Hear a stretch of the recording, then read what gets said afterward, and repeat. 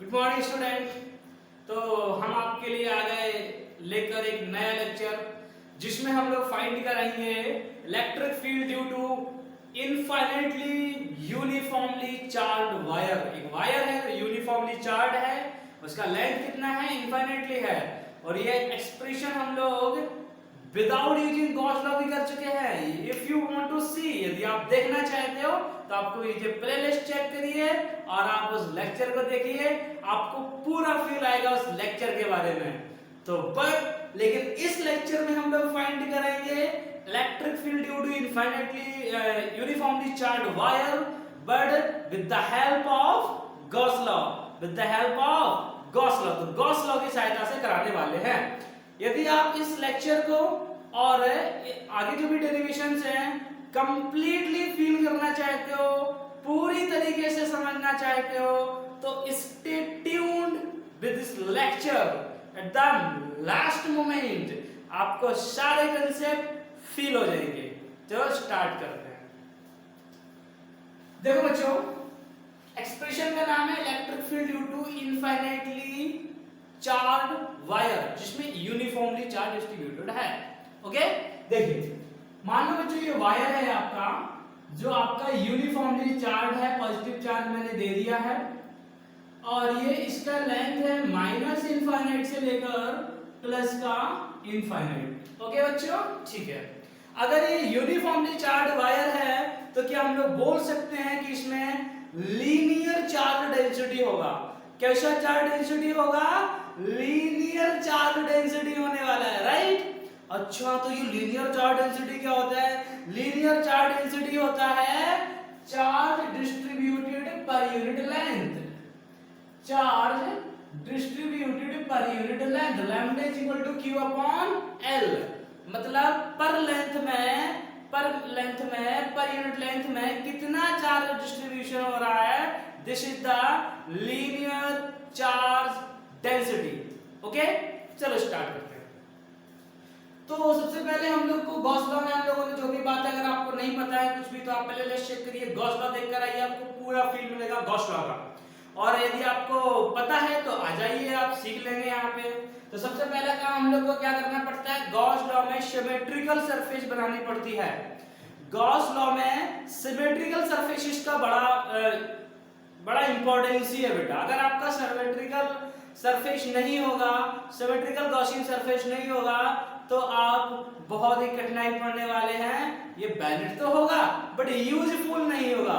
Valid तो वहां भी होगा, this is the beauty of this law, इस लॉ की ब्यूटी है, बट क्या नहीं होगा, ये यूजफुल नहीं होगा, राइट। तो चलिए ठीक है, तो हम सिलेंड्रिकल सरफेस बनाते हैं। देखिए हमने यहाँ पे एक गॉस लॉ का इमेजिनरी सिलेंडर ज्यूम करा बच्चा, इमेजिनरी सिलेंडर ज्यूम किया जिसका लेंथ L है। जिसका लेंथ कितना है बच्चों? L। स्मॉल l लेंथ का एक सिलेंडर ज्यूम किया जिसका रेडियस r है, और इसको हमने ऐसे इमेजिन किया है, कि जो वायर है यूनिफॉर्मली चार्ज, वो एक्सिस से पास हो रही है, सिलेंडर की एक्सिस से पास हो रही है। कहां से पास हो रही है? सिलेंडर की एक्सिस से। और सिलेंडर का रेडियस कितना है? Capital R. रेडियस कितना है? Capital R is the radius, small L is the length. Okay, तो सबसे पहला काम तीन सरफेसेस मानो। First surface, and this is the second surface, and this is the third surface. बेटा ये आपका सिलेंडर है, जो मैं मार्कर लिए हूं, ये आपका सिलेंडर ही है।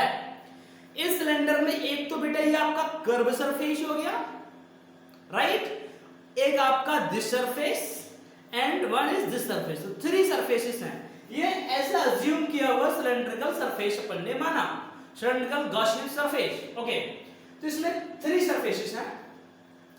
अब हम लोग जानते हैं कोई वायर यूनिफॉर्मली चार्ज होगा, अगर कोई वायर यूनिफॉर्मली चार्ज होगा, उससे पूरे पे चार्ज होंगे, तो उसके चारों ओर इलेक्ट्रिक फील्ड होगा, उसके पास चारों ओर इस टाइप से चारों ओर इलेक्ट्रिक फील्ड होगा। जैसे अपन ने वो वाला कंघा देखा है ना, जिससे अपन बाल ऐसे उस पर चारों साइड तथा होते हैं, यहाँ भी चारों ओर थे, वैसे यहाँ पे इलेक्ट्रिक फील्ड सेटअप हुआ होगा यूनिफॉर्मली चार्ज डिस्ट्रीब्यूशन की वजह से, राइट।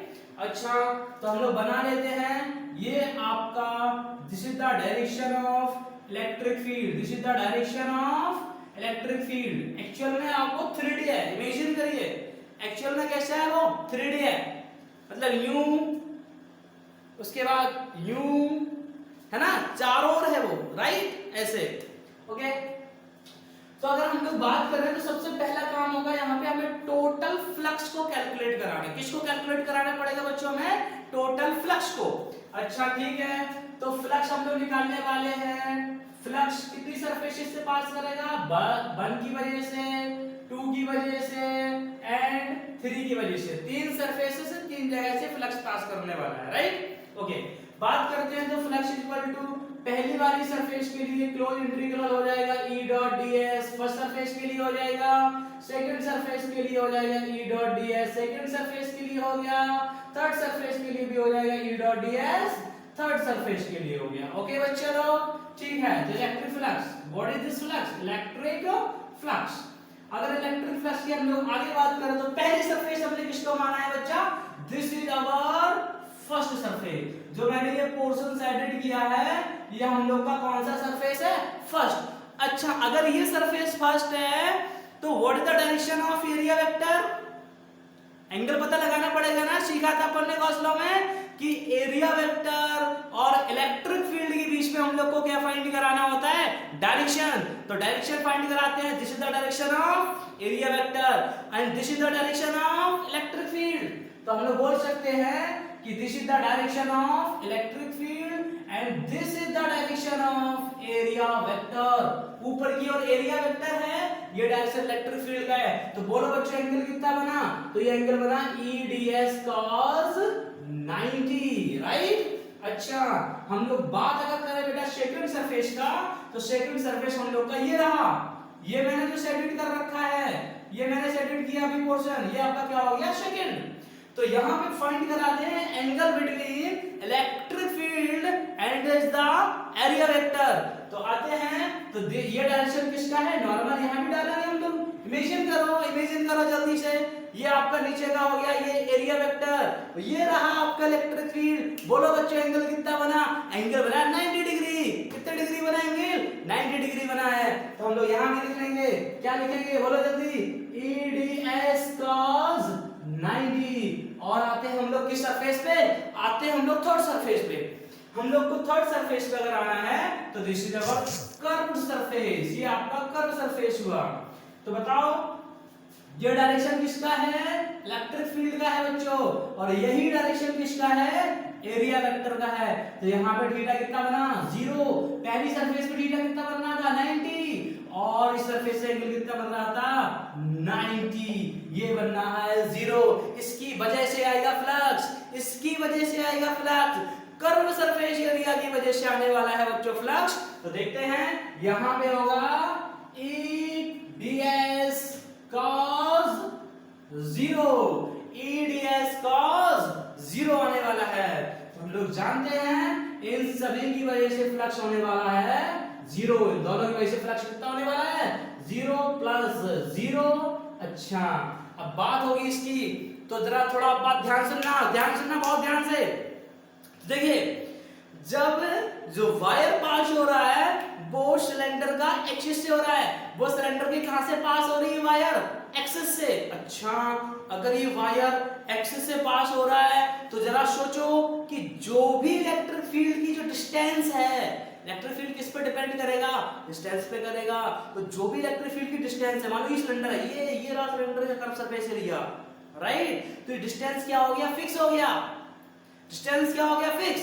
अगर डिस्टेंस फिक्स हो गया तो बोलो इलेक्ट्रिक फील्ड कैसा हो गया, फिक्स। मतलब इलेक्ट्रिक फील्ड इस सरफेस के लिए, जो ये सिलेंड्रिकल सरफेस है, इमेजिन करो बच्चों, इमेजिन करोगे आपका फिजिक्स बहुत ही लाजवाब होने वाला है, बहुत ही लाजवाब होने वाला है। You will fall in love with physics, आपको फिजिक्स से प्यार हो जाएगा। आप कनेक्टेड रहिए, आपको फिजिक्स से प्यार करा दिया जाएगा।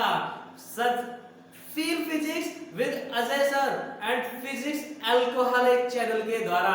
आप फील करिए मेरे साथ, इस चैनल के साथ, देखिए जरा इमेजिन करिए बच्चों, अगर ये कर्व सरफेस एरिया है तो यहां से कितनी डिस्टेंस दूर, जो डिस्टेंस जो भी है x मानेंगे, जो भी मानेंगे वो अपन ने क्या कर दिया फिक्स। अगर फिक्स कर दिया तो इलेक्ट्रिक फील्ड कैसा हो गया कांस्टेंट, तो इलेक्ट्रिक फील्ड को बाहर ले लो, cos 0 का वैल्यू बनाएगा तो किसका बना आपका ds। अच्छा ds इतना छोटा सा एरिया, इंटीग्रेशन कराओगे पूरा कर्व सरफेस एरिया हो जाएगा। क्या पूरी वायर का? आंसर है no no no no no, पूरी वायर का नहीं, किसका? जो आपने Gaussian surface, cylindrical Gaussian surface assume कर रखा है, इसका लेना पड़ेगा आपको कर्व सरफेस एरिया। तो कितना होगा हम लोग देखते हैं, इलेक्ट्रिक फ्लक्स इक्वल टू हो जाएगा E एंड ds पूरा हो जाएगा 2 pi r l। Curve surface area of the cylinder is the formula for curve surface area 2 pi r l, right. तो ये आपका रहा फ्लक्स, ये क्या रहा है फ्लक्स रहा है। तो जो भी अपन गॉस लॉ के एप्लीकेशन सीखने वाले हैं, सबसे पहला काम क्या करो, सबसे पहला काम करो गॉसियन सरफेस सिमेट्रिकल होना चाहिए। कैसा सरफेस होना चाहिए? सिमेट्रिकल सरफेस होना चाहिए। दूसरा काम क्या करना पड़ेगा हम लोग को, एंगल फाइंड कराना पड़ेगा। किस किस के बीच में? Area vector and the surfaces, area vector and the surfaces. फिर क्या करना पड़ेगा, फिर क्या करना पड़ेगा, फिर हम लोग को टोटल फ्लक्स निकालना पड़ेगा एवरी सरफेस से। जो भी आपने अज्यूम किया, जो भी आपने इमेजिन किया है गॉसियन सरफेस, उसकी एवरी सरफेस की वजह से, एवरी सरफेस की वजह से हम लोग को क्या फाइंड कराना पड़ेगा, फ्लक्स फाइंड कराना पड़ेगा। तो इस स्टेप तक हम लोग पहुंच गए हैं, यहां तक आप नोट कर लीजिए, मैं इसको हटाने वाला हूं, पॉज करके नोट कर लीजिए। आई थिंक आपने कर लिया होगा। फ्लक्स याद करिए E2 pi r l, total flux कितना आया E2 pi r l, right. Okay, तो गॉस लॉ का हम लोग यूज कर रहे हैं इलेक्ट्रिक फील्ड फाइंड कराने में, इलेक्ट्रिक फील्ड फाइंड कराने में। ओके, तो हम लोग यहाँ पे क्या लिखेंगे, according to Gauss law, according to Gauss law, Gauss law के अकॉर्डिंग बताओ गॉस लॉ क्या कहता है, Q इंक्लोड अपॉन, बात एक ही है, टोटल फ्लक्स काय के बराबर होता है, Q इंक्लोड अपॉन एप्सिलॉन के बराबर। और जो टोटल फ्लक्स अपन ने निकाला है, जो अपन ने फ्लक्स निकाला है, वो काय के बराबर आया है, बोलो बच्चों काय के बराबर आया है, वो आया है E2 pi r l के बराबर। E2 pi r l अभी निकाला ना अपन ने फ्लक्स टोटल, वो लिख दिया मैंने, E2 pi r l काय के बराबर Q enclosed upon epsilon naught, right. अच्छा, अब यहाँ पे टोटल चार्ज कितना है, पूरी वायर का चार्ज नहीं, पूरी वायर का चार्ज नहीं, इस सरफेस में जो आपने गॉसियन सरफेस माना है, इसमें कितना चार्ज होगा, हम लोग जानते हैं कि lambda is equal to Q upon L, मतलब पर यूनिट लेंथ है charge distribution per unit length, right. अच्छा, अगर लेंथ 1 मीटर है तो बोलो चार्ज कितना होगा, लैम्बडा कितना होगा, लैम्बडा होगा। अगर लेंथ 2 मीटर है 2 लैम्बडा, 3 के लिए 3 लैम्बडा, राइट। अच्छा, तो बोलो Q इक्वल टू कितना, Q equal to lambda into L, lambda into L। तो L लेंथ का सिलेंडर, तो टोटल चार्ज कितना हो जाएगा, लैम्बडा इनटू L हो जाएगा, राइट। ठीक है, यहां पे पुट करा दो, E2 pi r l is equal to lambda, ये पोर्शन ध्यान रखना, ठीक है ना। अच्छा, lambda l upon epsilon nought. अब बताओ क्या कैंसिल हो जाएगा, L से L क्या हो गया, कैंसिल हो गया। तो E इज इक्वल टू बोलो बच्चों कितना आया, lambda upon 2 pi r epsilon not, 2 pi r epsilon not.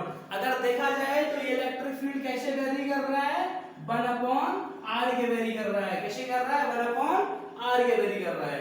तो अपन ने इस पॉइंट पे क्या फाइंड करा दिया, इलेक्ट्रिक फील्ड फाइंड करा दिया। अगर आपसे ग्राफ बनाने को बोला जाए तो बड़े आसानी से आप ग्राफ भी बना सकते हो।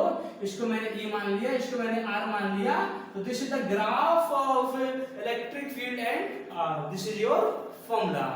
तो ये अपन ने फाइंड करा लिया, ये लैम्बडा के टर्म में फॉर्मूला है, किसकी वजह से, यूनिफॉर्मली चार्ज डिस्ट्रीब्यूटेड वायर की वजह से। इसको नोट कीजिए और आगे एक्सप्रेशन हम लोग दूसरा करेंगे, पॉज करके नोट कर लीजिए।